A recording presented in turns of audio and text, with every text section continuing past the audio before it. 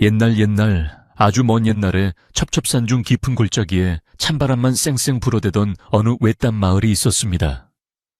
산새들도 추위에 떨며 둥지로 숨어들고 흐르던 계곡물도 꽁꽁 얼어붙어 하얀 얼음장으로 변해버린 그 겨울은 유난히도 혹독하고 길어서 마을 사람들은 일찌감치 문을 걸어 잠그고 아랫목을 파고들던 시절이었습니다.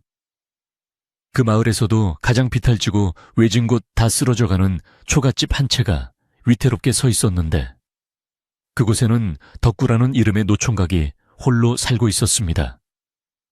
덕구는 나이가 40이 다 되도록 장가도 못 가고 가진 것이라고는 물려받은 척박한 밭, 면마지기와 비바람을 겨우 피할 수 있는 낡은 집뿐이었지만 마음씨 하나만큼은 비단결같이 곱고 성실하기로 소문난 사람이었습니다. 부모님을 일찍 여의고 형제도 없이 외롭게 살아온 그는 겨울밤이면 화로 앞에 앉아 집신을 삼으며 긴긴 밤을 보내곤 했는데 그의 거친 손마디에는 고단한 세월의 흔적이 온기처럼 박혀 있었습니다. 어느 날 밤 하늘에 구멍이라도 뚫린 듯 한방눈이 펑펑 쏟아지고 문풍지가 찢어질 듯 바람이 울부짖던 밤이었습니다. 덕구는 여느 때처럼 흐릿한 호롱불 아래서 떨어진 옷가지를 기워 입으며 깊어가는 밤을 달래고 있었는데 밖에서 무언가 쿵 하고 쓰러지는 소리가 들려왔습니다. 처음에는 거센 바람에 나뭇가지가 부러진 소리이거니 생각하고 무심코 넘기려 했으나 이내 희미하게 끙끙 앓는 소리가 바람소리에 섞여 들려오는 것 같아 덕구는 하던 일을 멈추고 귀를 쫑긋 세웠습니다. 산짐승이 추위를 피해 내려왔나 싶어 겁도 났지만 혹시라도 길 잃은 사람이 변을 당하는 것은 아닌가 하는 걱정이 앞서 덕구는 낡은 방문을 조심스럽게 열고 밖을 내다보았습니다.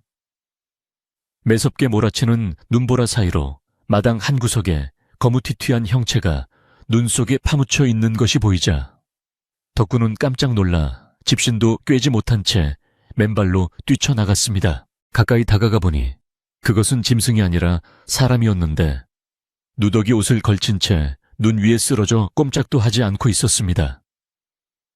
덕구는 황급히 그 사람을 흔들어 깨워보았으나 이미 온몸이 얼음장처럼 차갑게 식어 있었고 숨소리조차 희미하여 금방이라도 목숨이 끊어질 것만 같았습니다. 덕구는 앞뒤 잴 겨를도 없이 그 사람을 번쩍 안아들고 방 안으로 들어와 아랫목에 눕혔는데 밝은 불빛 아래서 보니 헝클어진 머리카락과 때가 꼬질꼬질한 얼굴을 한 젊은 처녀였습니다. 그녀의 행색은 영락없는 거짓골이었지만 덕구는 그런 것을 따질 때가 아니라고 생각하며 서둘러 부엌으로 나가 아궁이에 장작을 더 넣고 불을 지폈습니다. 방 안의 온기를 높이기 위해 하나밖에 없는 소미불을 꺼내 그녀에게 덮어주고 꽁꽁 언 손과 발을 자신의 거친 손으로 주무르며 제발 살아나기만을 간절히 빌었습니다. 얼마나 시간이 지났을까.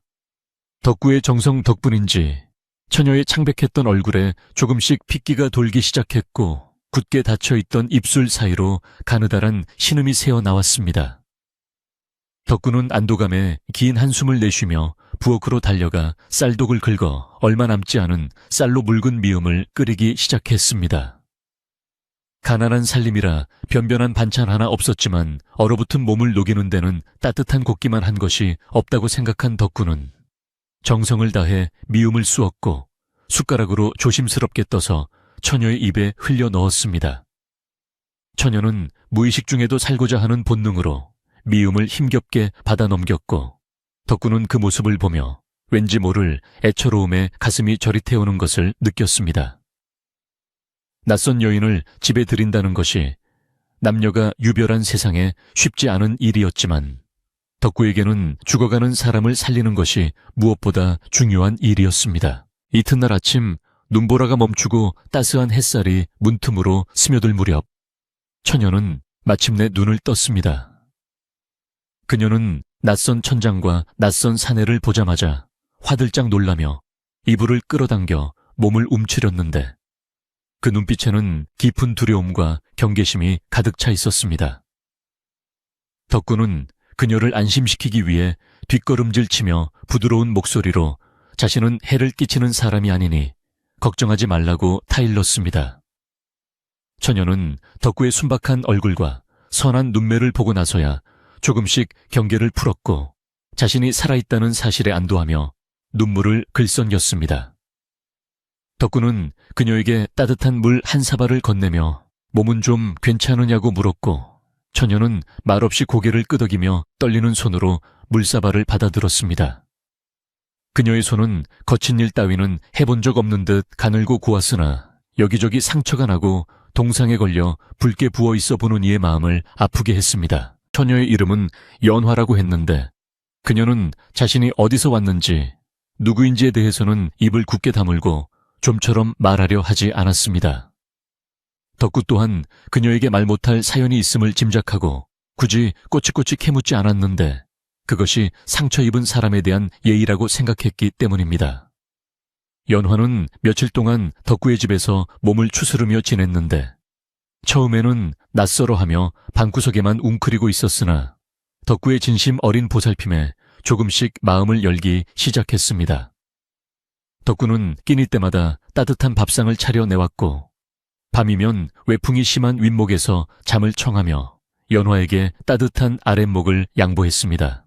연화는 그런 덕구의 배려에 고마움을 느끼면서도 자신의 처지가 너무나 비참하여 차마 고맙다는 말조차 제대로 하지 못하고 그저 눈물만 삼킬 뿐이었습니다. 어느 날 연화는 기운을 좀 차렸는지 덕구가 산에 나무를 하러 간 사이에 방 안을 둘러보고 엉망이 된 살림살이를 정리하기 시작했습니다. 덕구 혼자 사는 집이라 옷가지며 그릇들이 제자리를 찾지 못하고 어지럽게 널려 있었는데 연화의 손길이 닿자 금세 말끔하게 정돈되었습니다. 부엌에 나가서는 찬물에 손을 담그고 설거지를 하고 마당에 쌓인 눈을 쓸어내며 그녀는 잠시나마 시름을 잊으려 애썼습니다. 저녁에 돌아온 덕구는 확 달라진 집 안 풍경에 깜짝 놀라며 눈이 휘둥그레졌는데 연화가 수줍게 웃으며 맞아주자 가슴 한구석이 뭉클해지는 것을 느꼈습니다. 평생을 혼자 외롭게 살아온 덕구에게 누군가가 자신을 기다려주고 집안을 돌봐준다는 것은 상상조차 못했던 행복이었기 때문입니다. 그날 저녁 밥상머리에서 덕구는 조심스럽게 연화에게 말을 건넸습니다. 갈 곳이 없다면 날이 풀릴 때까지라도 이 집에 머물러도 좋다고 말하며 혹시라도 불편할까봐 눈치를 살폈습니다. 연화는 덕구의 말에 숟가락을 멈추고 한참 동안 고개를 숙이고 있다가 기어들어 가는 목소리로 정말 그래도 되냐고 되물었습니다. 그녀는 사실 갈 곳도 없고 돌아갈 집도 없는 신세였기에 덕구의 제안이 동가줄과도 같았지만 남의 집에 폐를 끼치는 것 같아 염치 없어 했습니다. 덕구는 허허 웃으며 방이 좁고 누추해서 그렇지 입 하나 더 둔다고 굶어 죽지는 않는다며 걱정 말고 편하게 지내라고 호탕하게 말했습니다. 그렇게 두 사람의 기묘한 동거는 시작되었고 마을 사람들의 눈을 피해 조용히 살아가게 되었습니다. 연화가 덕구의 집에 머물게 되면서 덕구의 삶은 완전히 달라졌습니다. 아침에 눈을 뜨면 따뜻한 숭늉이 준비되어 있었고 저녁에 돌아오면 잘 개어진 옷가지와 온기가 도는 방이 그를 맞이했습니다. 연화는 비록 누더기 옷을 입고 있었지만 그녀가 하는 행동거지 하나하나에는 숨길 수 없는 기품이 배어 있었고 바느질 솜씨나 음식 솜씨 또한 예사롭지 않았습니다. 덕구는 그녀가 양반계에서 자란 귀한 규수일지도 모른다는 생각이 들었지만 지금은 오갈 데 없는 처량한 신세라는 사실만이 중요하다고 생각했습니다. 연화 또한 투박하지만 진실한 덕구에게서 아버지 같은 편안함과 오라비 같은 든든함을 느끼며 닫혔던 마음의 문을 조금씩 열어가고 있었습니다. 그녀는 밤이면 덕구가 집신 삼눈 옆에서 해진 옷을 기워주기도 하고 도란도란 이야기를 나누며 웃음꽃을 피우기도 했습니다. 하지만 세상에 비밀은 없는 법이라 덕구네 집에 낯선 여자가 와 있다는 소문은 금세 마을 전체로 퍼져나갔습니다. 우물가 아낙네들은 모여서 쑥덕거렸고 사랑방 노인들도 덕구가 거지 여자를 데려다가 살림을 차렸다며 혀를 찼습니다. 어떤 사람들은 덕구가 노총각 귀신이 씌어서 아무나 데려온 것이라며 비웃기도 했고 어떤 사람들은 그 여자가 도망친 노비나 죄인일지도 모른다며 수군거렸습니다. 덕구는 마을 사람들의 수군거림을 애써 무시하려 했지만 연화가 그런 소리를 듣고 상처받을까봐 내심 걱정이 태산 같았습니다. 그래서 덕구는 연화에게 당분간은 바깥 출입을 삼가고 집 안에만 있으라고 당부했고, 연화 또한 자신의 신분이 드러나는 것이 두려워 더욱 깊이 숨어들었습니다. 시간이 흐르면서 연화의 건강은 완전히 회복되었고 얼굴에는 예전의 고운 자태가 되살아나기 시작했습니다. 그녀는 덕구가 가져다준 무명천으로 옷을 지어 입었는데 비록 화려하지는 않았지만 그녀의 단아한 미모를 돋보이게 하기에는 충분했습니다. 덕구는 씻겨놓은 옥처럼 고와진 연화의 모습을 보며 가슴이 두근거렸지만 자신 같은 천한 사내가 감히 넘볼 수 없는 사람이라 생각하고 마음을 다잡았습니다.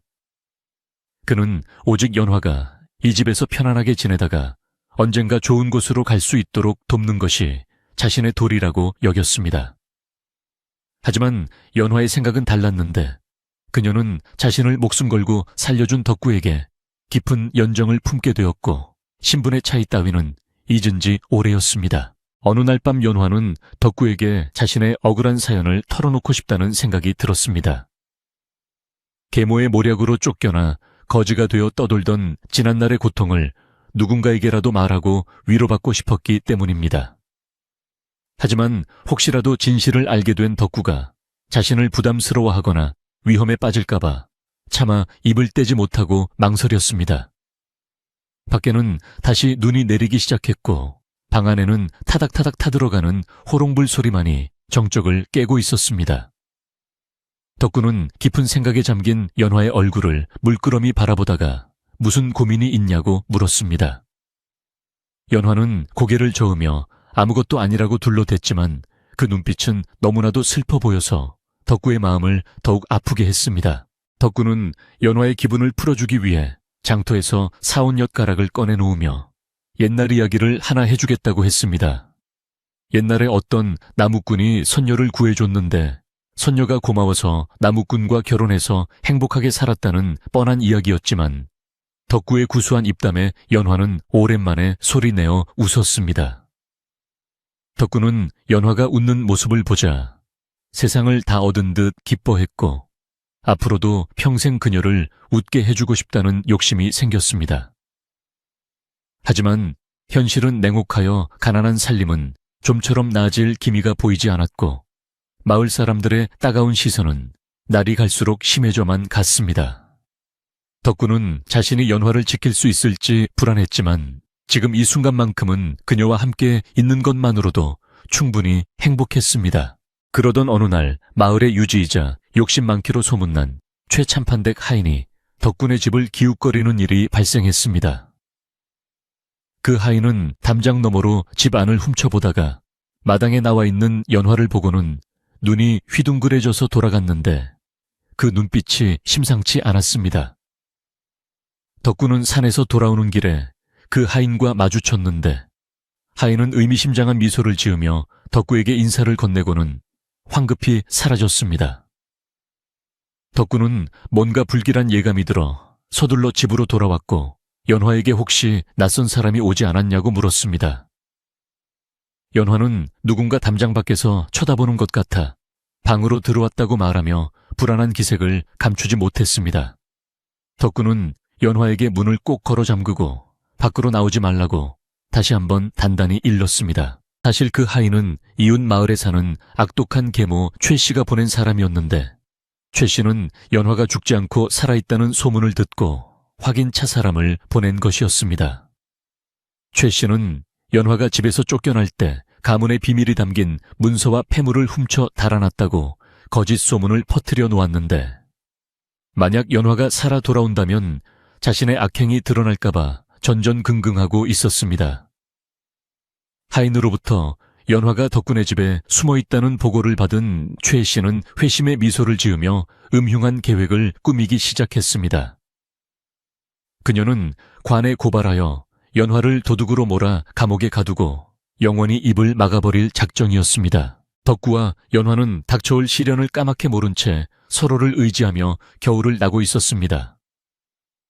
덕구는 연화를 위해 산에서 칡뿌리를 캐오고 토끼를 잡아 고깃국을 끓여주며 지극정성으로 보살폈고, 연화는 그런 덕구에게 고마움을 표하기 위해 밤새워 버선을 짓고 옷을 기워주었습니다. 두 사람 사이에는 말로는 표현하지 못할 애틋한 전기 쌓여갔고, 비록 가난하지만 마음만은 그 누구보다 부유했습니다. 밤이 깊어지면 덕구는 연화에게 글을 배우기도 했는데, 까막눈이었던 덕구가 삐뚤빼뚤 글씨를 쓰는 모습을 보며 연화는 흐뭇한 미소를 지었습니다. 덕구는 연화 덕분에 세상에 눈을 뜨게 되었다며 아이처럼 좋아했고, 연화는 그런 덕구가 사랑스러워 견딜 수 없었습니다. 어느 날 밤 잠자리에 든 덕구는 천장을 바라보며 생각에 잠겼습니다. 자신은 가진 것 없는 천한 사내이고 연화는 귀한 집 따님인 것 같은데 과연 두 사람이 맺어질 수 있을까 하는 고민이었습니다. 하지만 덕구는 곧 고개를 저으며 신분이 무슨 상관이냐고 스스로를 다독였습니다. 사람의 인연은 하늘이 정해주는 것이고 마음이 통하면 그것으로 족하다고 생각했습니다. 그는 옆에서 새근새근 잠든 연화의 숨소리를 들으며 그녀를 위해서라면 목숨이라도 바칠 각오를 다졌습니다. 비록 세상이 두 사람을 갈라놓으려 할지라도 끝까지 그녀를 지켜내겠다고 다짐하며 덕구는 깊은 잠에 빠져들었습니다. 다음날 아침 마을 어귀에 있는 정자나무 아래에서 동네 노인들이 모여 웅성거리고 있었습니다. 그 중심에는 마을에서 가장 지혜롭기로 소문난 박영감이 있었는데 그는 심각한 표정으로 곰방대를 두드리고 있었습니다. 덕구가 인사를 하며 지나가려 하자 박영감이 덕구를 불러 세웠습니다. 박영감은 덕구의 얼굴을 뚫어지게 쳐다보더니 쯧쯧 혀를 차며 말했습니다. 자네 집에 귀한 손님을 모시고 있다지. 돌 속에 숨은 옥을 알아보는 눈은 기특하나 그 옥을 탐내는 자들이 많으니 조심하게나. 박영감의 알 수 없는 말에 덕구는 고개를 갸웃거렸지만 왠지 모를 묵직함이 가슴을 짓눌렀습니다. 박영감은 이어서 말하기를 곧 비바람이 몰아칠 징조가 보이니 문단속을 철저히 하고 마음을 단단히 먹어야 할 것이야. 똥 묻은 개가 겨 묻은 개 나무란다고 악한 자들은 자신의 죄를 덮기 위해 남을 해하려 드는 법이니 라고 덧붙였습니다. 덕구는 그제야 박영감의 말이 무엇을 의미하는지 어렴풋이 짐작할 수 있었고 등골이 오싹해지는 것을 느꼈습니다. 그는 박영감에게 고맙다는 인사를 남기고 서둘러 집으로 향했는데 발걸음이 청은망은 무거웠습니다.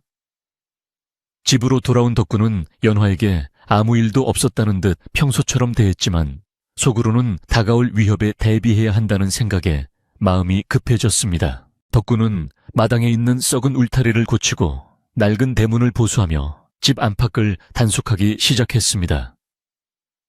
연화는 덕구가 갑자기 왜 그러는지 의아해했지만 덕구의 굳은 표정을 보고는 묻지 않고 묵묵히 돕기만 했습니다.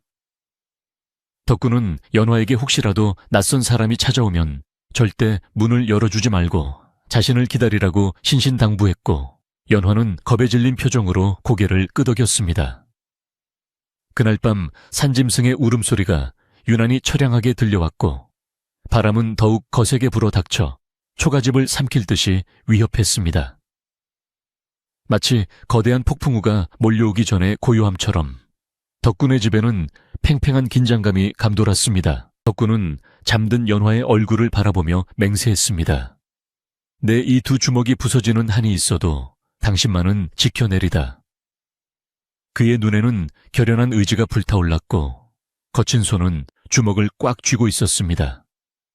가난하고 힘없는 노총각이었지만 사랑하는 사람을 지키려는 마음만은 천하장사 못지않게 강인했습니다. 이제 곧 닥쳐올 시련의 그림자가 두 사람의 운명을 어떻게 바꿔놓을지 아무도 알 수 없었지만 덕구와 연화는 서로를 믿고 의지하며 운명에 맞설 준비를 하고 있었습니다. 어둠이 짙게 깔린 상월마을 작은 호롱불 하나만이 위태롭게 흔들리며 두 사람의 앞날을 비추고 있었습니다. 겨우내 꽁꽁 얼어붙었던 계곡물 소리가 제법 우렁차게 들리기 시작하고 산비탈 양지 바른 곳에는 어느새 파릇파릇한 새싹들이 고개를 내밀며 봄이 오고 있음을 알렸습니다. 매섭던 칼바람은 한결 부드러운 봄바람으로 변하여 덕군의 허름한 초가지붕 위를 살랑거렸고 처마 밑에 매달려 있던 고드름도 눈물처럼 뚝뚝 녹아내려 마당을 적셨습니다. 덕군은 겨우내 웅크렸던 몸을 펴고 마당으로 나와 기지개를 켰는데 그의 얼굴에는 예전에는 볼 수 없었던 생기가 넘쳐 흘렀습니다. 춥고 배고팠던 지난 겨울이었지만 연화와 함께 지내면서 덕구의 마음속에는 이미 따스한 봄날이 먼저 찾아와 있었던 것입니다. 그는 마당 구석에 쌓여있던 겨우내 묵은 쓰레기를 치우고 무너진 돌담을 다시 쌓아 올리며 새로운 계절을 맞이할 준비를 서둘렀습니다. 덕군의 집은 연화의 손길이 닿으면서 하루가 다르게 변해가고 있었는데 마치 귀신이 곡할 노릇이라며 마을 사람들도 혀를 내두를 정도였습니다. 칙칙하고 어두침침했던 방 안은 창호지를 새로 발라 환하게 밝아졌고 부엌에 그을음 낀 솥단지들은 반질반질 윤이 나게 닦여 있었습니다. 연화는 산에서 캐온 이름 모를 풀꽃들을 꺾어다 낡은 사기 그릇에 담아 방 한쪽에 놓아두었는데 그 작은 꽃들이 뿜어내는 은은한 향기가 집안의 퀴퀴한 냄새를 말끔히 걷어내 주었습니다. 덕구는 일이 끝나고 집에 돌아올 때마다 달라진 집안 풍경에 입을 다물지 못했고 연화가 꾸며놓은 아기자기한 살림살이를 보며 이것이 바로 사람 사는 맛이구나 하고 무릎을 쳤습니다. 덕구의 행색 또한 몰라보게 달라졌는데 꼬질꼬질하던 옷은 항상 깨끗하게 빨아져 풀이 먹여져 있었고 헝클어졌던 머리카락도 단정하게 빗어 넘겨져 있었습니다. 예전에는 호라비 냄새가 난다며 코를 막고 지나가던 동네 안악들도 이제는 말끔해진 덕구를 보며 흘끔흘끔 곁눈질을 할 정도였습니다. 덕구는 연화가 지어준 도시락을 들고 산으로 일하러 갔는데 뚜껑을 열어보면 하얀 쌀밥 위에 정갈하게 묻힌 산나물과 노릇하게 구운 생선 한 토막이 올려져 있어 주위 사람들의 부러움을 샀습니다. 같이 일하던 나무꾼들은 덕구에게 도대체 무슨 복이 터져서 팔자를 고쳤냐며 농담 반 진담 반으로 툭툭 건드려 보곤 했습니다. 덕구는 그저 허허 웃으며 말을 아꼈지만 그의 어깨는 으쓱해졌고 발걸음은 구름 위를 걷는 듯 가벼웠습니다. 하지만 호사다마라고 했던가 덕구의 행복이 커질수록 마을에는 그를 둘러싼 흉흉한 소문들도 꼬리에 꼬리를 물고 퍼져나갔습니다. 우물가에 모인 안악들은 빨래 방망이를 두드리며 덕군의 집에 숨어 사는 여자가 보통 내기가 아니라고 수군거렸습니다. 어떤 이는 그 여자가 밤마다 여우로 변해 덕구의 전기를 빨아먹고 있다고 했고 또 어떤 이는 도망친 기생이 덕구의 쌈짓돈을 노리고 들어앉은 것이라고 쑥덕거렸습니다. 사람들의 입방아는 점점 더 살을 붙여 나중에는 연화가 나라에서 수배를 내린 대역죄인의 딸이라는 말까지 나돌았지만 정작 연화의 얼굴을 제대로 본 사람은 아무도 없었기에 소문은 더욱 무성하게 자라나 마을 전체를 뒤덮었습니다. 어느 날 장터에 나갔던 마을 청년 하나가 덕군의 집 근처를 지나가다가 담장 너머로 연화가 마당에서 나무를 다듬는 모습을 우연히 보게 되었습니다. 그는 연화의 뛰어난 미모와 기품 있는 자태에 넋을 잃고 한참을 멍하니 서 있었는데 마치 선녀가 하강한 듯한 그 모습은 도저히 거지 처녀라고는 믿기지 않았습니다. 청년은 마을로 돌아와 자신이 본 것을 침을 튀겨가며 이야기했고 사람들은 그 말을 듣고 더욱 호기심을 불태웠습니다. 덕구가 전생에 나라를 구했나 그런 미인을 데리고 살다니 하며 부러워하는 사내들도 있었지만 대부분은 천한 덕구 주제에 과분한 여자를 얻었다며 시기하고 질투하는 마음이 더 컸습니다. 연화는 자신 때문에 덕구가 곤란해질까봐 바깥 출입을 극도로 자제했지만 집 안에서 하는 일들이 밖으로 새어나가는 것까지는 막을 수 없었습니다. 그녀는 틈틈이 술을 놓아 저작거리에 내다 팔 수 있도록 덕구에게 주었는데 그 수놓은 솜씨가 어찌나 정교하고 아름다운지 보는 사람마다 감탄을 금치 못했습니다. 비단 천위에 피어난 매화꽃이며 나비들은 살아 움직이는 듯 생생했고 그 색감의 조화는 궁중에서나 볼 법한 수준이었습니다. 장터의 포목점 주인은 덕구가 가져온 수예품을 보며 눈이 휘둥그레졌고 이런 물건은 시골 구석에서 나올 수 있는 것이 아니라며 출처를 캐물었지만 덕구는 그저 먼 친척이 보내준 것이라고 얼버무릴 뿐이었습니다. 소문은 발 없는 말이 되어 천리를 간다더니 덕군의 집에 귀한 처자가 숨어 산다는 이야기는 산 넘고 물 건너 이웃 마을까지 전해지게 되었습니다. 그리고 마침내 그 소문은 결코 들어서는 안 될 사람, 바로 연화를 내쫓았던 악독한 계모 최 씨의 귀에도 들어가고 말았습니다. 최 씨는 남편이 죽자마자 전처소생인 연화를 모함하여 빈손으로 내쫓고 집안의 모든 재산을 독차지한 탐욕스러운 여인이었습니다.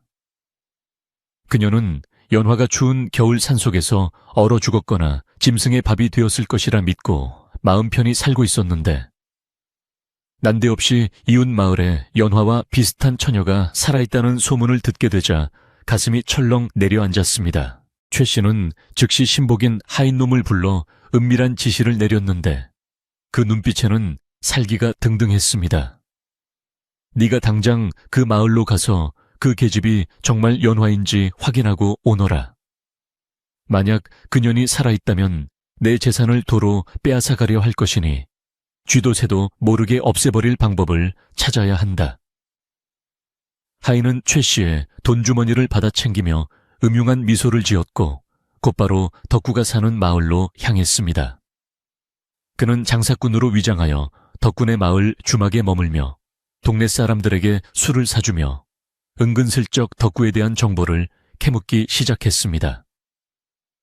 순진한 마을 사람들은 술 기운에 덕군의 집에 사는 처녀의 생김새며 말투 솜씨 등을 술술 불어버리고 말았습니다. 하인은 며칠 동안 덕군의 집 주변을 배회하며 기회를 엿보았는데 낮에는 덕구가 밭일하러 간 사이에 담장 틈으로 집 안을 훔쳐보았습니다. 그러던 어느 날 연화가 마당에 널어놓은 빨래를 거두러 나온 순간 하인은 그녀의 얼굴을 똑똑히 볼 수 있었습니다. 비록 허름한 무명옷을 입고 있었지만 그 눈매와 콧날은 영락없는 연화 A씨가 틀림없었습니다. 하인은 회심의 미소를 지으며 최 씨에게 보고하기 위해 서둘러 발길을 돌렸는데 그가 떠난 자리에 불길한 까마귀 한 마리가 날아와 앉아 기분 나쁜 울음소리를 내며 울어댔습니다. 덕구는 그날따라 밭일을 하면서도 왠지 모르게 등골이 오싹하고 가슴이 답답해져 일이 손에 잡히지 않았습니다. 괭이질하다가 돌부리에 걸려 넘어지기도 하고 낫질하다가 손가락을 베일 뻔하기도 하는 등 불길한 징조가 계속되었습니다. 그는 문득 지난번 박영감이 해주었던 경고가 떠올라 덜컥 겁이 났습니다. 비바람이 몰아칠 징조가 보이니 문단속을 철저히 하라 던 그 말이 귓가에 맴돌자 덕구는 하던 일을 팽개치고 부랴부랴 집으로 달려갔습니다. 집에 도착해보니 다행히 연화는 무사히 방 안에 있었지만 그녀의 얼굴 또한 사색이 되어 있었습니다. 연화는 덕구가 들어오자마자 와락 안기며 몸을 떨었는데 오늘 낮에 누군가 자기를 훔쳐보는 듯한 시선을 느꼈다고 고백했습니다. 그녀는 그 시선이 너무나 소름 끼치고 익숙한 느낌이어서 혹시 계모가 보낸 사람이 아닐까 하는 두려움에 휩싸여 있었습니다. 덕구는 연화의 떨리는 어깨를 감싸 안으며 걱정하지 말라고 달랬지만 그의 속마음 또한 타들어가기는 마찬가지였습니다.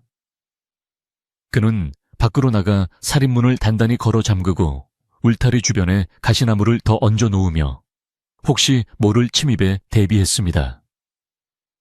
하지만 나무 울타리로 사람의 악한 마음을 막을 수는 없는 노릇이라 덕구의 한숨은 깊어만 갔습니다. 그날 저녁 박영감이 지팡이를 짚고 덕군의 집을 찾아왔습니다. 그는 닫힌 살인문 밖에서 헛기침을 하며 덕구를 불러냈는데 평소와 달리 표정이 매우 심각했습니다. 박영감은 덕구를 조용한 곳으로 데려가 낮은 목소리로 말했습니다. 이복의 덕구, 아까 낮에 낯선 사내 하나가 자네 집을 염탐하고 가는 것을 내가 보았네. 그자의 행색이나 눈빛이 예사롭지 않은 것이 필시 무슨 사단이 날 것 같네.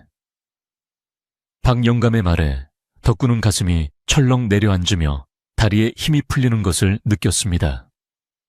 그는 박 영감에게 어떻게 하면 좋겠냐고 매달리듯 물었습니다. 박 영감은 잠시 하늘을 올려다보며 곰곰이 생각하더니 이윽고 입을 열었습니다. 피할 수 없는 비라면 맞서야 하는 법이지만 지금은 때가 좋지 않아. 일단 그 처자를 잠시 다른 곳으로 피신시키는 것이 좋겠네. 저 너머 산속에 있는 내 숯가마 터는 사람들이 잘 모르는 곳이니 며칠간 그곳에 머물게 하게나. 덕구는 박 영감의 제안이 고마웠지만 한편으로는 연화와 떨어져 있어야 한다는 사실에 마음이 아팠습니다. 하지만 연화의 안전이 최우선이었기에 그는 박 영감의 말대로 하기로 결심했습니다. 집으로 돌아온 덕구는 연화에게 자초지종을 설명하고 짐을 꾸리게 했습니다.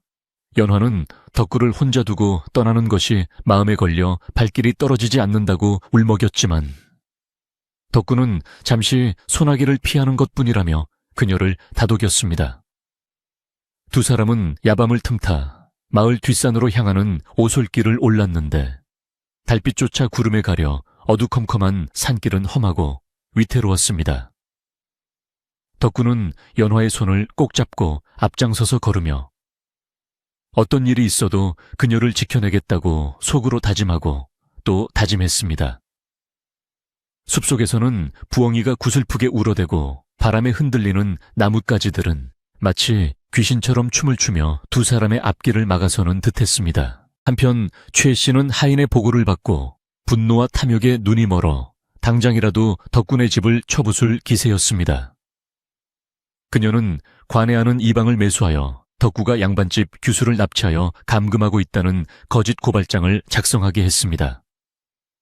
또한 동네 wal패들을 돈으로 사서 덕군의 집을 습격할 계획을 세웠는데 이번 기회에 연화를 없애고 덕구까지 혼쭐을 내주어 다시는 입을 놀리지 못하게 할 작정이었습니다.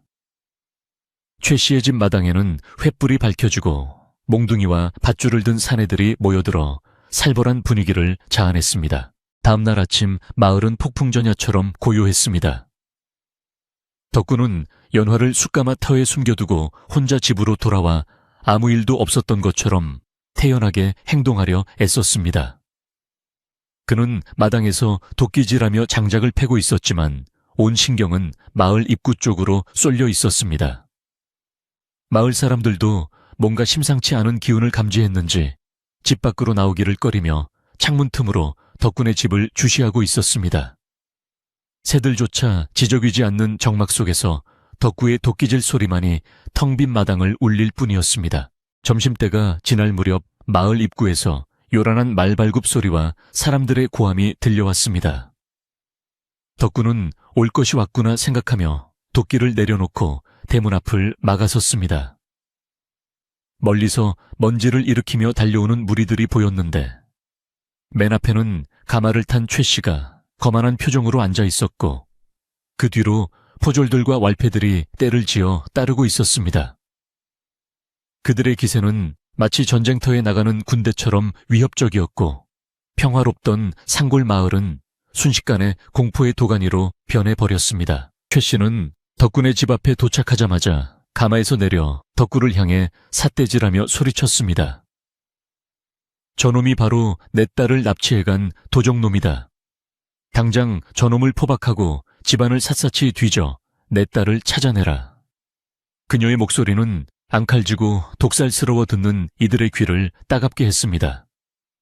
포졸들이 덕구에게 달려들어 포승줄로 묶으려 하자 덕구는 거칠게 저항하며 외쳤습니다. 나는 죄를 지은 적이 없소. 사람을 살린 것이 죄라면 달게 받겠지만 납치라니 당치도 않소. 마을 사람들은 겁에 질려 멀찌감치 서서 이 광경을 지켜볼 뿐 아무도 나서서 덕구를 도와주려 하지 않았습니다. 그들은 최 씨의 위세에 눌려 숨소리조차 크게 내지 못하고 있었는데 평소 덕구에게 도움을 받았던 사람들조차 고개를 돌리고 외면했습니다. 덕구는 그들의 비겁한 모습에 실망했지만 한편으로는 그들을 원망할 수도 없었습니다. 힘없는 백성들이 권력 앞에서 할 수 있는 일이라곤 그저 침묵하는 것뿐이라는 것을 잘 알고 있었기 때문입니다. 최 씨의 하인들과 왈패들은 덕구의 집 안으로 우르르 몰려들어가 세간살이를 때려 부수고 방바닥을 뜯어내며 연화를 찾기 시작했습니다. 그릇이 깨지고 장독이 박살나는 소리가 요란하게 울려 퍼졌고 덕구가 애지중지 가꾸어 놓은 마당의 꽃밭은 그들의 발길질에 짓밟혀 엉망진창이 되었습니다. 하지만 아무리 뒤져봐도 연화의 그림자조차 찾을 수 없자 최 씨의 얼굴은 점점 불그락푸르락해졌습니다. 그녀는 덕구의 멱살을 잡고 흔들며 연화를 어디에 숨겼냐고 추궁했지만 덕구는 입을 굳게 다물고 노려볼 뿐이었습니다. 최 씨는 분을 이기지 못하고 덕구의 뺨을 후려갈겼고 덕구의 입가에서는 붉은 피가 흘러내렸습니다. 이 천한 놈이 감히 내 앞에서 고개를 쳐들다니 내 놈이 입을 열 때까지 멍석마리를 해서라도 알아내겠다. 최 씨의 명령에 하인들이 덕구를 멍석에 말아 마당 한가운데 눕히고 몽둥이 찜질을 하려는 찰나 마을 어귀에서 누군가의 다급한 외침이 들려왔습니다. 멈추시오. 그 사람은 죄가 없소. 사람들의 시선이 일제히 소리난 쪽으로 향했는데 그곳에는 하얀 소복을 입은 연화가 서 있었습니다. 연화는 박영감의 만류를 뿌리치고 산에서 내려온 것이었습니다. 그녀는 자신이 숨어있는 동안 덕구가 고초를 겪을 것을 알기에 차라리 자신이 잡혀가더라도 덕구를 구해야겠다고 생각했습니다. 연화의 등장에 최 씨는 뱀 같은 눈을 번뜩이며 비릿한 웃음을 흘렸습니다. 오호라, 제 발로 기어 나왔구나. 이제야 모든 것이 제자리로 돌아오겠군.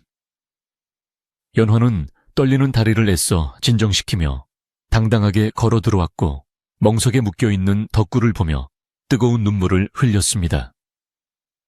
이제 두 사람의 운명은 벼랑 끝에 몰린 것처럼 위태로워졌고 마을에는 숨막히는 긴장감이 감돌았습니다. 연화가 마당 한가운데로 걸어 들어오자 왁자지껄하던 소음은 찬물을 끼얹은 듯 일순간에 잦아들었고 사람들의 시선은 모두 그녀에게 꽂혔습니다. 헝클어진 머리카락과 흙먼지가 묻은 하얀 소복 차림이었지만 그녀가 내뿜는 서늘한 기운과 기품은 감히 범접할 수 없는 위험을 지니고 있어 난동을 부리던 왈패들조차 몽둥이를 내린 채 주춤거렸습니다.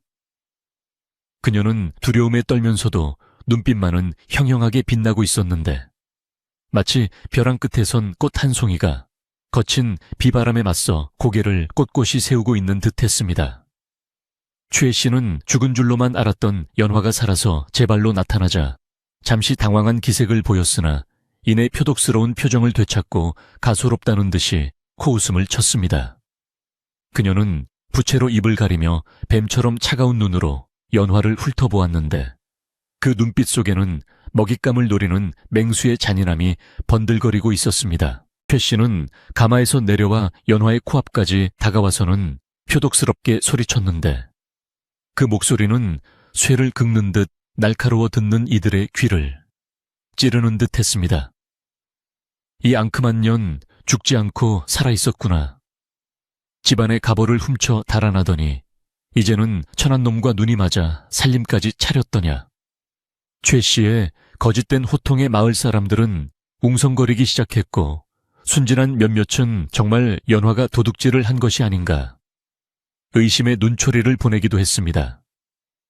최 씨는 기세를 몰아 연화의 뺨을 올려붙이려 손을 치켜들었으나 연화는 피하지 않고 똑바로 최 씨를 노려보며 그 자리에 굳건히 서 있었습니다. 그 당당한 태도에 오히려 최 씨가 흠칫 놀라 손을 멈추었고 두 여인 사이에는 숨막히는 긴장감이 감돌았습니다. 그때 멍석에 말려있던 덕구가 필사적으로 몸부림쳐 밧줄을 느슨하게 하고는 비틀거리는 몸을 일으켜 세웠습니다. 온몸이 먼지투성이에 입가에는 피가 흐르고 있었지만 덕구는 비틀걸음으로 연화의 앞을 가로막아 서며 양팔을 벌려 그녀를 보호했습니다. 그는 거친 숨을 몰아쉬며 갈라진 목소리로 외쳤습니다. 이 사람은 도둑이 아니오. 당신들이야말로 죄 없는 사람을 모함하고 핍박하는 도적대가 아니오. 덕구의 외침은 비록 힘은 없었으나 진실이 담겨 있어 사람들의 가슴을 울렸고 왈패들조차 그 기세에 눌려 섣불리 덤벼들지 못했습니다.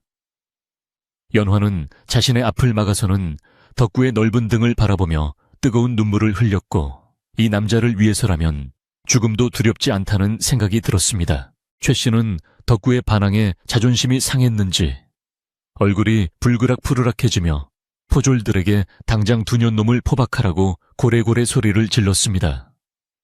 저 천한 놈이 감히 양반댁 마님에게 대들다니 반란이라도 일으키겠다는 것이냐. 당장 주리를 틀어라.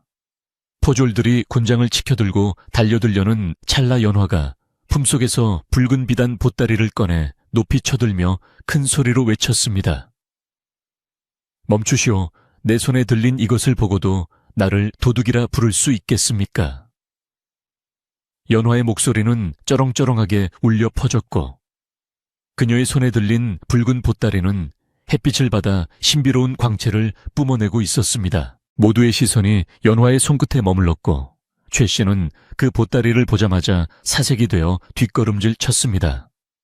그것은 다름 아닌 연화의 친아버지이자 최 씨의 죽은 남편이 남긴 진짜 유언장과 가문의 인장이 들어있는 비밀함이었습니다.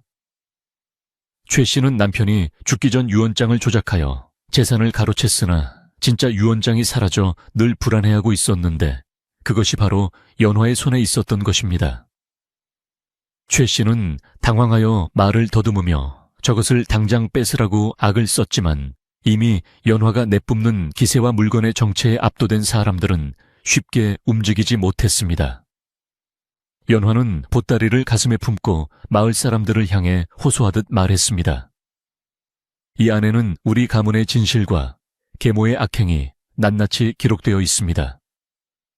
관하로 가서 공명정대하게 밝힙시다. 그때 마을 어귀에서부터 지팡이 짚는 소리가 묵직하게 들려오더니 박영감이 마을 청년들을 이끌고 마당으로 들어섰습니다. 박영감은 마을의 최고 어른으로서 평소에는 온화했으나 불의를 보면 참지 못하는 대쪽 같은 성품의 소유자였습니다. 그는 상황을 한눈에 파악하고는 쩌렁쩌렁한 목소리로 호통을 쳤습니다.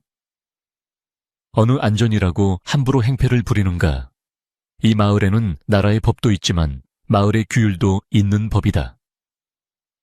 박영감의 등장은 혼란스러웠던 상황을 일순간에 정리시켰고 최 씨조차 마을 어르신의 위험 앞에서는 함부로 날뛸 수 없었습니다.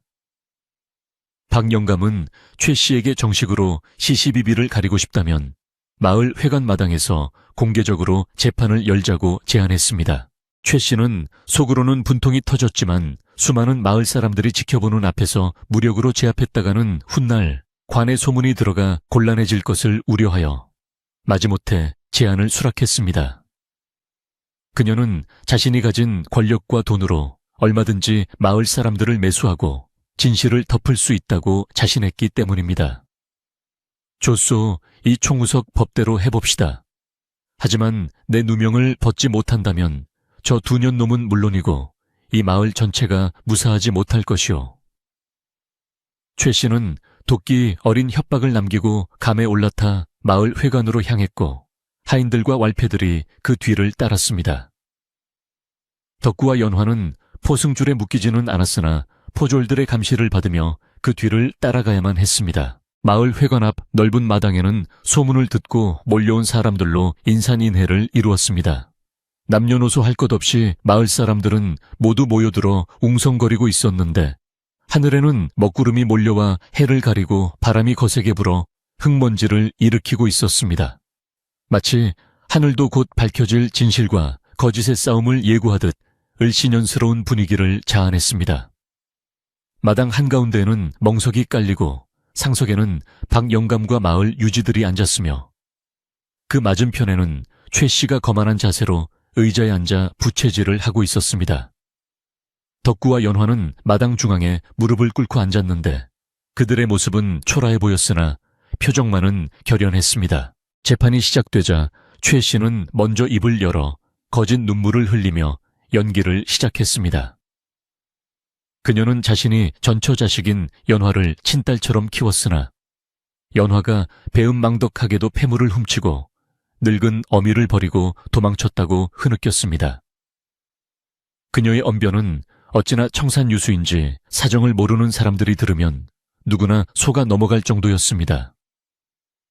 최 씨는 미리 돈으로 매수한 몇몇 증인을 내세워 연화가 도망칠 때 보따리를 들고 나가는 것을 보았다는 거짓 증언까지 하게 만들었습니다. 마을 사람들 사이에서는 다시금 연화를 의심하는 수군거림이 퍼져나갔고 분위기는 최 씨에게 유리하게 돌아가는 듯했습니다. 덕구는 주먹을 불끈 쥐고 분노를 삼켰지만 섣불리 나섰다가는 오히려 일을 그르칠까봐 입술을 깨물며 참았습니다. 그는 옆에 앉은 연화의 손을 슬그머니 잡았는데 그녀의 손은 얼음장처럼 차가웠지만 덕구의 손길이 닿자 미세하게 떨림이 멈추었습니다. 덕구는 작은 목소리로 두려워 마시오 하늘이 알고 땅이 알고 내가 아오 라고 속삭였고 연화는 덕구를 바라보며 희미하게 고개를 끄덕였습니다. 두 사람 사이에는 말하지 않아도 통하는 깊은 신뢰와 사랑이 흐르고 있었고 그것은 그 어떤 거짓과 위협보다도 강력한 힘이 되어 주었습니다. 최 씨의 장황한 거짓말이 끝나자 박영감은 엄숙한 표정으로 연화에게 발언할 기회를 주었습니다. 연화는 천천히 자리에서 일어나 옷매무새를 다듬고는 마을 사람들을 향해 돌아섰습니다. 그녀는 떨리는 목소리로 말문을 열었으나 이내 안정을 되찾고 차분하고 또렷하게 자신의 이야기를 시작했습니다. 어머니를 일찍 여의고 새어머니 밑에서 자라면서 구박 한 번 받은 적 없다고 하면 거짓말일 것입니다. 하지만 저는 단 한 번도 가문의 물건에 손을 댄 적이 없으며 오히려 쫓겨나던 날 밤 입고 있던 옷 한 벌이 전부였습니다. 그녀의 목소리에는 억울함과 슬픔이 배어 있어 듣는 이들의 가슴을 먹먹하게 만들었습니다. 연화는 자신이 어떻게 추운 겨울밤 산속에 버려졌는지 그리고 덕구가 자신을 어떻게 구해주었는지 담담하게 이야기했습니다. 덕구의 헌신적인 사랑과 보살핌에 대한 대목에서는 눈시울을 붉히며 말을 잇지 못했고 그 모습을 지켜보던 마을 아낙네들도 옷고름으로 눈물을 훔쳤습니다. 연화의 이야기는 꾸며낸 말이 아니라 뼈에 사무친 진실이었기에 사람들의 마음을 움직이는 힘이 있었습니다. 최 씨는 사람들의 동요하는 기색을 눈치채고 당황하여 전연히 동정심을 유발하려고 작정을 했구나. 듣기 싫다, 당장 증거를 내놓아라 하며 소리를 질러 연화의 말을 끊으려 했습니다. 그러자 연화는 품속에 간직하고 있던 붉은 비단 보따리를 풀기 시작했습니다. 보따리가 풀리자 그 안에서 낡은 서책 한 권과 옥으로 만든 도장이 나왔습니다. 연화는 서책을 높이 들어 보이며 외쳤습니다. 이것은 돌아가신 아버님께서 병석에 계실 때 몰래 남기신 비망록입니다. 여기에는 새어머니가 아버님의 약에 무엇을 섞었는지 그리고 집안의 논밭을 어떻게 빼돌렸는지 날짜별로 상세히 적혀 있습니다. 그 말에 최 씨의 얼굴은 백지장처럼 하얗게 질렸고 부채질하던 손이 심하게 떨리기 시작했습니다. 그녀는 그것이 존재한다는 사실조차 모르고 있었기에 그 충격은 더욱 컸습니다. 연화는 이어서 옥 도장을 들어보이며 말을 이었습니다. 그리고 이것은 아버님께서 저에게 물려주신 가문의 인장입니다. 새어머니가 가지고 있는 것은 위조된 가짜이며 진짜 주인은 바로 접니다. 마을 사람들은 웅성거리며 놀라움을 감추지 못했고 박영감은 안경을 고쳐 쓰고 몸을 앞으로 기울이며 그 물건들을 자세히 살폈습니다. 최 씨는 다급하게 하인들에게 눈짓을 보내 물건을 뺏으려 했지만 이미 마을 청년들이 덕구와 연화 주위를 겹겹이 에워싸고 보호하고 있어 접근조차 할 수 없었습니다. 분위기는 순식간에 역전되어 최 씨를 향한 의심의 눈초리가 쏟아지기 시작했습니다. 최 씨는 궁지에 몰리자 본색을 드러내며 악을 쓰기 시작했습니다. 그건 다 조작된 거야. 전연이 붓글씨, 솜씨가 좋으니 죽은 영감의 필체를 흉내낸 것이 분명해. 그녀는 자신의 죄를 덮기 위해 억지를 부렸지만 그럴수록 그녀의 추악한 바닥만 드러날 뿐이었습니다. 덕구는 더 이상 참지 못하고 벌떡 일어나 최 씨를 향해 일갈했습니다. 하늘이 무섭지도 않소. 당신의 탐욕 때문에 한 사람의 인생이 짓밟히고 죽을 뻔했소. 이제 그만 죄를 인정하고 용서를 비쇼. 덕구의 우렁찬 목소리는 쩌렁쩌렁하게 울려 퍼져 최 씨의 길을 꺾어 놓았습니다. 그때 갑자기 거센 바람이 불어와 최 씨가 쓰고 있던 가채 가발을 벗겨버리는 일이 벌어졌습니다. 가채가 벗겨진 최 씨의 머리는 듬성듬성하고 흉한 몰골을 드러냈고 화려하게 치장했던 겉모습 뒤에 숨겨진 초라한 실체가 만천에 공개되는 순간이었습니다. 마을 사람들은 그 모습을 보고 킥킥거리며 비웃었고 최 씨는 황급히 침벌이 치마폭으로 머리를 감싸며 수치심에 몸을 떨었습니다. 이것은 마치 하늘이 내린 벌처럼 보였고 그녀의 권위는 땅바닥에 떨어졌습니다. 박 영감은 자리에서 일어나 엄숙하게 말했습니다. 이 서책의 진위는 관에 가서 가려야 하겠지만 하늘의 뜻은 이미 드러난 것 같구려. 자네가 정말 떳떳하다면 왜 저토록 당황하며 물건을 뺏으려 했겠는가? 박 영감의 예리한 지적에 최 씨는 아무 말도 하지 못하고 입술만 파르르 떨었습니다. 그녀의 눈동자는 불안하게 흔들렸고 믿었던 하인들조차 슬금슬금 뒷걸음질치며 그녀와 거리를 두기 시작했습니다. 돈으로 맺어진 관계는 위기가 닥치자 모래성처럼 쉽게 허물어지고 있었습니다. 연화는 서책을 펼쳐 아버지의 필체가 담긴 마지막 페이지를 읽어 내려가기 시작했습니다. 내 딸 연화야, 이 아비가 어리석어 너를 지키지 못하고 가는구나. 부디 살아남아 가문의 명예를 되찾고 올바른 길을 가거라. 연화의 목소리는 떨렸지만 또렷하게 마당에 울려 퍼졌고 듣는 이들의 눈시울을 다시 한번 붉게 만들었습니다. 그것은 단순한 글자가 아니라 죽음을 앞둔 아버지의 피 끓는 후회와 사랑이 담긴 절규였습니다. 최 씨는 그 소리가 듣기 싫은 듯 귀를 막고 괴로워했습니다. 이제 모든 진실의 조각들이 맞춰지기 시작했습니다. 마을 사람들은 덕군의 집에 숨어 살던 거지 처녀가 실은 억울하게 쫓겨난 효녀였다는 사실을 깨달았고 그동안 무심하게 내뱉었던 험담들을 후회했습니다. 그리고 덕구가 보여준 헌신적인 사랑이 얼마나 위대하고 값진 것인지 다시금 느끼게 되었습니다. 덕구는 연화의 어깨를 감싸 안으며 묵묵히 그녀의 곁을 지켰고 두 사람은 이제 두려움이 아닌 희망의 빛을 보았습니다. 하지만 최 씨는 아직 포기하지 않았습니다. 그녀는 품속에서 은장도를 꺼내 들고는 최후의 발악을 하려 했습니다. 내 이대로는 못 죽는다. 다 같이 죽자.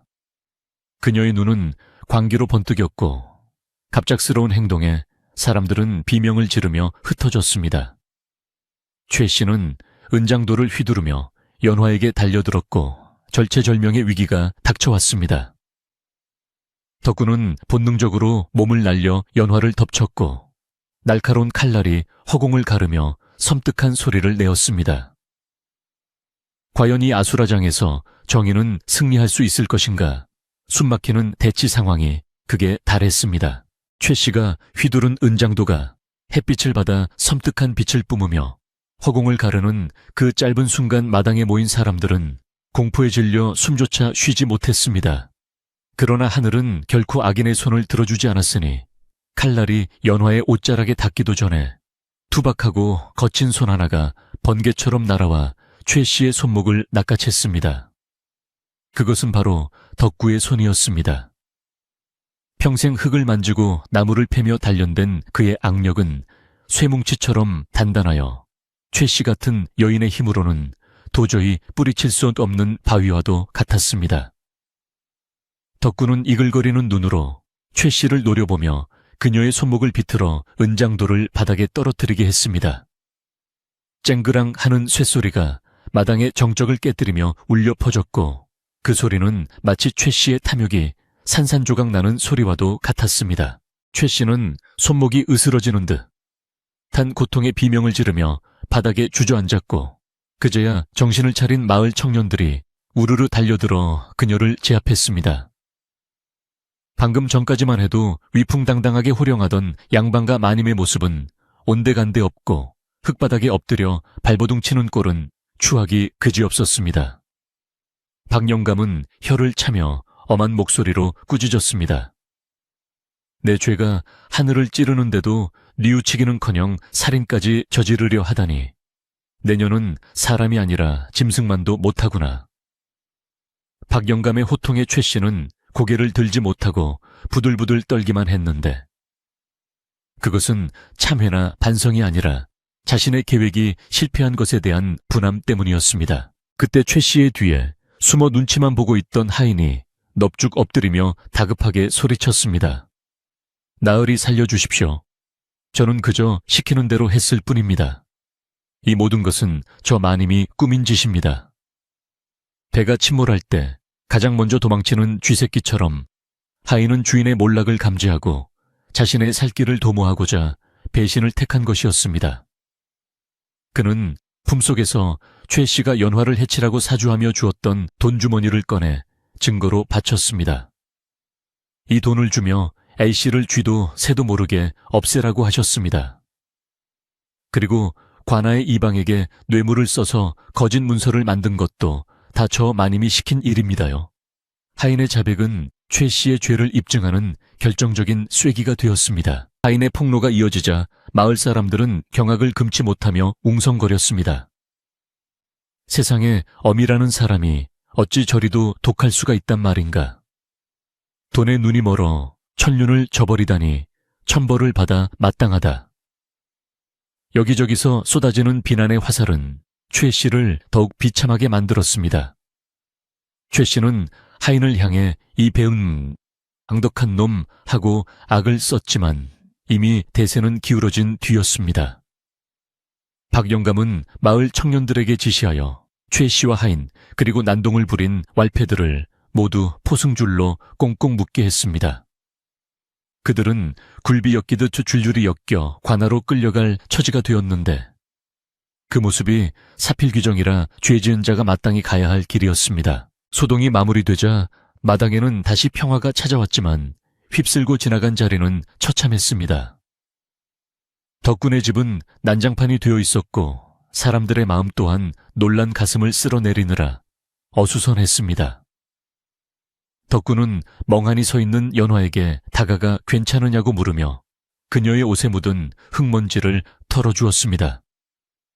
연화는 그제야 긴장이 풀렸는지 덕구의 품에 안겨 참았던 눈물을 터뜨렸습니다. 덕구씨, 덕분에 살았습니다. 정말 고맙습니다. 그녀의 울음소리는 서러움과 안도감이 뒤섞여 애처롭게 들렸고 덕구는 말없이 그녀의 등을 토닥이며 위로했습니다. 그 투박한 손길에는 100마디 말보다 더 깊은 사랑과 헌신이 담겨 있었습니다. 마을 사람들은 두 사람의 모습을 보며 숙연해졌고 그동안 덕구를 오해하고 비웃었던 자신들의 행동을 부끄러워했습니다. 가장 먼저 나선 것은 우물가에서 험담을 주도했던 아낙네들이었습니다. 그녀들은 쭈뼛거리며 덕구와 연화 앞으로 다가와 고개를 숙였습니다. 덕구 총각 그리고 A씨, 우리가 입이 10개라도 할 말이 없네요. 못난 입방정으로 두 사람에게 몹쓸 짓을 했으니 용서해주게. 아낙네들의 사과를 시작으로 다른 마을 사람들도 하나둘씩 다가와 미안한 마음을 전했습니다. 덕구는 쑥스러운 듯 머리를 긁적이며 다 지난 일인데 뭘 그러십니까? 오해가 풀렸으면 됐지요 하고 너털 웃음을 지어 보였습니다. 그의 넓은 아량에 사람들은 다시 한번 감복했습니다.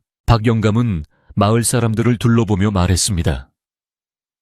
자, 이제 시시비비는 가려졌으니 우리가 할 일이 남지 않았는가. 억울한 누명을 쓰고 고초를 겪은 이 사람들의 집을 우리가 다시 일으켜 세워주세. 박 영감의 제안에 마을 사람들은 이구동성으로 찬성하며 팔을 걷어붙였습니다. 그럼요. 우리가 망가뜨린 건 아니지만 우리 마을에서 일어난 일이니 우리가 책임을 져야지요. 순박한 시골 인심이 다시 살아나는 순간이었습니다. 청년들은 무너진 울타리를 세우고 부서진 문짝을 고치기 시작했고, 아낙네들은 엉망이 된 부엌을 치우고 깨진 살림살이를 정리했습니다. 누구 하나 요령 피우는 사람 없이 내 집 일처럼 발벗고 나서니 난장판이었던 덕군의 집은 금세 제 모습을 찾아가기 시작했습니다. 목수일을 하는 김 씨는 튼튼한 나무를 가져와 대문을 새로 짜주었고, 미장이 최 씨는 떨어진 흙벽을 꼼꼼하게 메워주었습니다. 덕군은 연신 고개를 숙이며 고맙다는 인사를 하느라 바빴고, 연화는 부엌에서 따뜻한 숭늉을 끓여 일하는 사람들에게 대접했습니다. 땀 흘리며 함께 일하는 마을 사람들의 얼굴에는 어느새 미안함 대신 뿌듯한 미소가 번지고 있었습니다. 비 온 뒤에 땅이 굳어진다고 이번 사건을 계기로 마을 사람들과 덕구 사이의 벽은 허물어지고 더 끈끈한 전기 생겨난 것입니다. 해가 뉘엿뉘엿 저물어가고 집수리가 얼추 마무리될 무렵 마을 공터에서는 조촐한 잔치가 벌어졌습니다. 죄송한 마음에 각 집에서 음식을 조금씩 가져와 한자리에 모으니 제법 근사한 상차림이 되었습니다. 김이 모락모락 나는 시루떡에 노릇하게 구운 전, 그리고 시원한 막걸리 한 사발이 돌자 분위기는 한결 부드러워졌습니다. 사람들은 멍석에 둘러앉아 덕구와 연화에게 술을 권하며 그동안의 노고를 위로했습니다. 덕구 자네 정말 대단하이. 양반집 규수를 얻으려고 그리 오랫동안 장가를 안 갔던 게야. 짓궂은 농담에 좌중은 웃음바다가 되었고, 덕구의 얼굴은 잘 익은 홍시처럼 붉어졌습니다. 연화도 처음에는 어색해했지만 마을 사람들의 순박하고 따뜻한 정에 이내 마음을 열고 함께 어울렸습니다. 그녀가 수줍게 웃으며 막걸리 잔을 채워주자 노인들은 천사 같은 색시가 따로 없네그려 덕구가 복 터졌어 하며 칭찬을 아끼지 않았습니다. 연화는 자신을 배척했던 사람들이 이렇게 금방 마음을 열고 다가와 주는 것에 감동했고, 사람 사는 냄새가 나는 이 마을이 진정한 고향처럼 느껴지기 시작했습니다. 화려한 비단옷을 입고 높은 담장 안에 갇혀 살던 시절에는 느껴보지 못했던 투박하지만 진실한 행복이 가슴 벅차게 차올랐습니다. 잔치가 무르익어가자 박 영감이 덕구와 연화를 불러 앉혀놓고 진지하게 말을 꺼냈습니다. 이제 모든 것이 밝혀졌으니 앞으로 어찌할 셈인가. A씨는 잃어버린 재산을 되찾게 될 테고 다시 예전의 신분으로 돌아갈 수 있을 텐데. 박 영감의 말에 좌중은 조용해졌고 모두의 시선이 연화에게 쏠렸습니다. 덕구 또한 긴장한 표정으로 연화의 입을 바라보았습니다. 그는 연화가 억울함을 풀고 본래의 자리로 돌아가는 것이 마땅하다고 생각하면서도 한편으로는 그녀가 자신을 떠날지도 모른다는 두려움에 가슴 한구석이 서늘해지는 것을 느꼈습니다. 연화는 잠시 덕구를 그윽하게 바라보더니 단호한 목소리로 말했습니다. 저는 돌아가지 않을 것입니다. 저에게 진정한 삶과 사랑을 가르쳐준 곳은 저 높고 차가운 기와집이 아니라 바로 이 작고 따뜻한 초가집입니다. 그리고 저를 목숨 걸고 지켜준 이 사람이 저의 하늘이고 땅입니다. 연화의 고백에 덕구는 눈시울이 뜨거워져 고개를 숙였고 마을 사람들은 탄성을 지르며 박수를 보냈습니다. 암 그래야지 여자가 의리가 있지. 사람들은 두 사람의 사랑을 진심으로 축복해 주었습니다. 연화는 아버지의 유산은 마을의 가난한 이들을 돕고 서당을 짓는 데 쓰겠다고 선언하여 사람들을 더욱 놀라게 했습니다. 그날 밤 마을 사람들은 모두 돌아가고 덕군의 집에는 다시 고요가 찾아왔습니다. 하지만 그 고요는 예전에 외롭고 쓸쓸했던 정막이 아니라 충만하고 평온한 안식이었습니다. 수리된 창호지 문 너머로 은은한 달빛이 스며들어 방 안을 비추었고 풀벌레 소리가 자장가처럼 들려왔습니다. 덕구와 연화는 마주 앉아 서로의 얼굴을 바라보았습니다. 덕구의 얼굴에 난 생채기에 연화가 조심스럽게 약을 발라주자 덕구는 쑥스러운 듯 미소를 지었습니다. 따갑지 않으세요? 연화가 묻자 덕구는 고개를 저으며 당신이 곁에 있는데 이까짓 상처가 대수겠소 라고 답했습니다. 덕구는 연화의 손을 꼭 잡으며 말했습니다. 나는 가진 것 없는 놈이라 당신을 호강시켜 주지는 못할지 모르오. 하지만 내 목숨이 붙어있는 한 오늘처럼 당신을 지키고 아끼며 살겠소. 비바람이 불면 내 등으로 막아주고 눈이 오면 내 손으로 쓸어주리다. 덕구의 투박한 고백은 그 어떤 화려한 미사여구보다 연화의 가슴을 울렸습니다. 연화는 덕구의 어깨에 기대며 속삭였습니다. 저에게는 당신과 함께하는 이곳이 궁궐보다 더 귀한 곳입니다. 우리 여기서 천년만년 오순도순 살아요. 두 사람은 밤이 깊도록 도란도란 이야기를 나누었습니다. 지난 겨울에 혹독했던 추위와 시련들은 이제 봄눈 녹듯 사라지고 그들의 앞날에는 따스한 봄볕만이 가득할 것 같았습니다. 아군기에서는 타닥타닥 장작 타는 소리가 정겹게 들려오고 아랫목에 옮기는 두 사람의 마음을 덮여주었습니다. 그동안 겪었던 고난과 역경은 두 사람의 사랑을 더욱 단단하게 만들어준 풀무질과도 같았습니다. 이제 그들은 단순한 은인과 피보호자의 관계를 넘어 생사를 함께한 반려자로서 새로운 인생을 시작할 준비를 마쳤습니다. 마을 어귀의 정자나무도 밤바람의 가지를 흔들며 두 사람의 앞날을 축복하는 듯했고 하늘의 별들도 유난히 밝게 빛나며 그들의 지붕 위를 비추고 있었습니다. 모든 갈등과 오해가 씻겨 내려간 산골마을의 밤은 그 어느 때보다 평화롭고 아름다웠습니다. 내일 아침이 밝으면 덕구는 다시 밭으로 나가고 연화는 밥을 짓겠지만 그 일상은 이제 예전과는 전혀 다른 의미로 다가올 것입니다. 그것은 사랑하는 사람과 함께 만들어가는 소중한 행복의 조각들이기 때문입니다. 덕구는 잠든 연화의 머리카락을 쓸어 넘겨주며 세상 그 누구보다 행복한 사내가 되어 꿈나라로 향했습니다. 어느덧 매서웠던 겨울바람이 완전히 물러가고 산과 들에는 생명의 기운이 넘실거리는 초여름이 찾아왔습니다.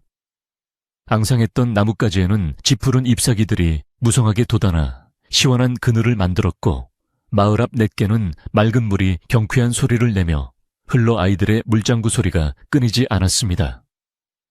악독한 계모 최씨가 관아로 끌려가고 모든 진실이 밝혀진 뒤 마을에는 예전보다 더 평온하고 따뜻한 공기가 감돌았습니다. 사람들은 삼삼오오 모여 앉아 덕구와 연화의 이야기를 꽃피우며 권선징각의 교훈을 되새기곤 했습니다. 덕군의 집은 이제 마을 사람들의 사랑방이 되어 지나가는 이들이 목을 축이고 담소를 나누는 정겨운 장소로 변모해 있었습니다. 덕구와 연화의 혼례날은 마을 전체의 잔칫날이나 다름없었는데 하늘도 두 사람의 앞날을 축복하듯 구름 한 점 없이 맑고 푸르렀습니다. 마을 사람들은 십시일반으로 돈과 곡식을 모아 잔치상을 차렸고 솜씨 좋은 안악들은 며칠 전부터 전을 부치고 떡을 찌느라 고소한 냄새가 온 마을에 진동했습니다. 덕구는 마을 어르신이 빌려준 사모간대를 차려입었는데 평소에 수더분한 모습은 온데간데 없고 늠름한 신랑의 자태를 뽐내어보는 이들을 감탄하게 했습니다. 연화 역시 마을 사람들이 정성스레 지어준 화롯을 입고 연지곤지를 찍으니 하늘에서 내려온 선녀가 무색할 만큼 고운 신부의 모습이었습니다. 혼례청은 덕분에 마당에 차려졌고 박영감의 주례로 엄숙하면서도 흥겨운 혼례식이 거행되었습니다.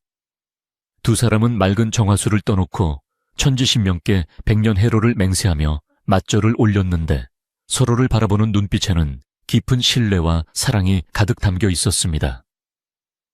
하객으로 참석한 마을 사람들은 콧날이 시큰해지는 감동을 느끼며 아낌없는 박수와 환호를 보냈습니다. 덕구는 연화의 손을 꼭 잡으며 마음속으로 다짐했습니다. 내 평생 이 사람의 눈에서 눈물 나게 하는 일은 없게 하리라. 연화 또한 덕구에 투박하지만 따뜻한 손을 느끼며 비로소 자신이 머물러야 할 진정한 안식처를 찾았음을 확신했습니다. 혼례가 끝난 후 덕군의 집은 하루하루가 깨볶는 냄새로 가득했습니다.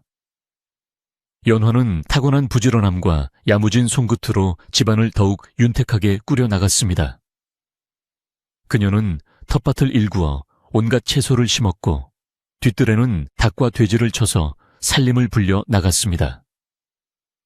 덕구 또한 가장이 되었다는 책임감에 더욱 열심히 일했는데 예전에는 혼자 입에 풀칠하기 바빠 대충대충 하던 농사일도 이제는 처자식을 먹여 살려야 한다는 생각에 정성을 쏟았습니다. 덕구의 밭은 잡초 하나 없이 말끔하게 정리되어 풍년이 들었고 마을 사람들은 장가를 잘 가더니 덕구가 딴 사람이 되었다며 칭찬을 아끼지 않았습니다. 연화는 약속대로 아버지의 유산을 찾아와 마을을 위해 뜻깊은 일을 시작했습니다. 그녀는 마을 어귀 양지 바른 곳에 작은 서당을 짓고 훈장님을 모셔와 가난하여 글을 배우지 못하는 아이들을 가르치게 했습니다. 마을 아이들의 글 읽는 소리가 낭랑하게 울려 퍼지자 마을의 격조가 한층 높아진 듯 했습니다. 덕구 또한 늦깎이로 서당에 나가 천자문을 배우기 시작했는데 밤마다 연화에게 배운 글자를 복습하며 진땀을 흘리는 모습이 퍽이나 귀여웠습니다. 연화는 그런 덕구를 보며 빙그레 웃고는 밤참으로 고구마를 쪄내오곤 했습니다. 계절은 흘러 어느덧 들판이 황금빛으로 물드는 풍요로운 가을이 찾아왔습니다. 덕구네 밭에도 누렇게 익은 벼가 고개를 숙이고 있었고 감나무에는 붉은 감들이 주렁주렁 매달려 탐스러움을 자랑했습니다. 덕구는 마을 사람들의 도움을 받아 추수했는데 곡간에 쌓이는 곡식 가마니를 보며 세상을 다 얻은 듯한 뿌듯함을 느꼈습니다. 그는 수확한 곡식의 일부를 떼어 독거노인들과 형편이 어려운 이웃들에게 나누어 주었습니다. 예전에 제가 힘들 때 베풀어 주신 은혜의 의회에 비하면 약수합니다. 덕구의 겸손한 나눔에 마을 사람들은 고마워하며 덕구네 부부를 마을의 복덩이라고 불렀습니다. 해가 짧아지고 찬바람이 다시 불어오기 시작할 무렵 덕구네 집에는 또 하나의 경사가 찾아왔습니다. 바로 연화가 아이를 갖게 된 것입니다. 이 소식을 들은 덕구는 너무 기뻐서 밭고랑에서 덩실덩실 춤을 추었고 동네방네 뛰어다니며 자랑을 늘어놓았습니다. 박영감을 비롯한 마을 어른들은 그 집안에 웃음꽃이 지지 않는구나, 하늘이 내린 축복이야 라며 덕담을 건넸습니다. 연화는 불러 오는 배를 쓰다듬으며 태어날 아이에게는 가난과 차별 없는 따뜻한 세상을 물려주겠다고 다짐했습니다. 덕구는 틈날 때마다 산에 올라가 아이를 위한 나무 요람을 만들며 행복한 상상에 잠겼습니다. 다시 겨울이 찾아왔습니다. 1년 전 연화가 눈보라 속에 쓰러져 덕구의 집으로 들어왔던 그 계절이 돌아온 것입니다. 하지만 지금의 풍경은 그때와는 사뭇 달랐습니다. 다 쓰러져 가던 초가집은 튼튼하게 보수되어 찬바람 하나 들어오지 않았고 텅 비어있던 쌀독은 햅쌀로 가득 차 있었습니다. 무엇보다 차가웠던 방 안에는 사랑하는 가족의 온기가 가득 채워져 있었습니다. 한방눈이 펑펑 쏟아지는 밤, 덕구와 연화는 따뜻한 아랫목에 마주 앉아 군밤을 까먹으며 지난 날을 회상했습니다. 그날 밤 당신이 문을 열어주지 않았다면 저는 어찌 되었을까요? 연화가 밖을 내다보며 나지막이 말했습니다. 덕구는 호호 불어 껍질을 깐 군밤을 연화의 입에 넣어주며 대답했습니다. 아니요, 당신이 내게 오지 않았다면 나는 평생 고독한 늙은이로 살다 갔을 것이오. 당신이 나를 살린 것이오. 두 사람은 서로의 눈을 바라보며 깊은 고마움과 사랑을 확인했습니다.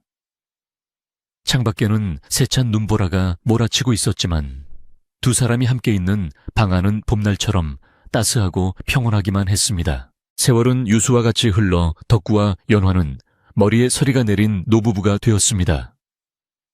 그동안 슬해 자녀들도 많이 두어 집안은 언제나 북적거렸고 그 아이들이 자라 또다시 가정을 이루며 덕군의 가문은 마을에서 가장 번성한 집안이 되었습니다. 덕군은 마을의 촌장이 되어 사람들의 존경을 받았고 연화는 지혜로운 할머니가 되어 마을의 대소사를 챙기며 덕을 베풀었습니다. 두 사람의 아름다운 사랑 이야기와 선행은 입에서 입으로 전해져 먼 훗날까지도 그 마을의 전설처럼 남게 되었습니다. 어느 평화로운 저녁 백발이 성성한 덕구 할아버지는 손자들을 무릎에 앉히고 옛날 이야기를 들려주고 있었습니다. 옛날 아주 먼 옛날에 마음씨 착한 노총각이 살았는데 말이다. 아이들은 초롱초롱한 눈망울로 할아버지의 이야기에 귀를 기울였고 부엌에서는 연화 할머니가 구수한 된장찌개를 끓이는 냄새가 솔솔 풍겨왔습니다. 마당의 늙은 감나무 가지 위로 둥근 보름달이 떠올라 온 세상을 은은하게 비추었고 집집마다 피어오르는 저녁 연기는 평화로운 마을에 정취를 더해주었습니다. 덕구는 잠든 손자들을 안방에 눕히고 툇마루에 나와 앉았습니다. 밤하늘에는 별들이 보석처럼 반짝이고 있었고 어디선가 들려오는 풀벌레 소리가 자장가처럼 들려왔습니다. 연화가 조용히 다가와 덕구의 어깨에 쇼를 덮어주며 옆에 앉았습니다. 영감달이 참 밝지요. 덕구는 연화의 주름진 손을 꼭 잡으며 고개를 끄덕였습니다. 그러게 말이요.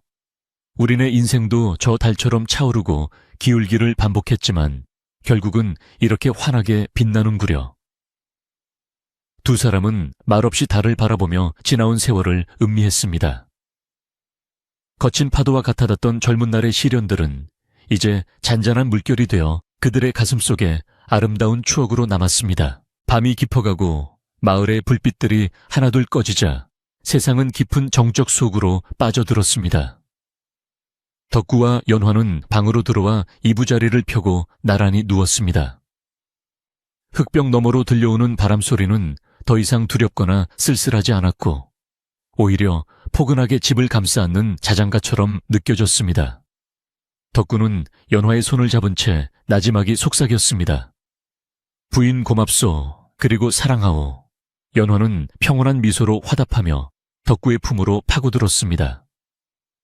저도요 영감. 부디 좋은 꿈 꾸세요. 두 노부부의 고른 숨소리가 방 안에 조용히 울려 퍼지고 화로의 불씨는 사그라들며 은은한 온기를 남겼습니다. 격동의 세월을 견뎌내고 지켜낸 그들의 사랑은 이제 흔들리지 않는 뿌리 깊은 나무가 되어 그늘 아래 쉬어가는 모든 이들에게 평안을 주고 있었습니다. 착한 마음으로 복을 짓고 서로를 아끼며 살아온 두 사람의 이야기는 오늘 밤 여러분의 꿈속에서도 따뜻한 등불이 되어줄 것입니다.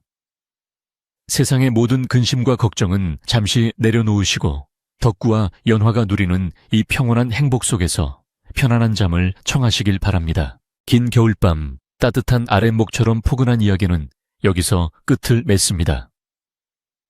밤하늘의 별들이 여러분을 지켜주는 이 밤 모두가 꿀처럼 달콤하고 깊은 잠에 드시기를 소망합니다. 안녕히 주무세요.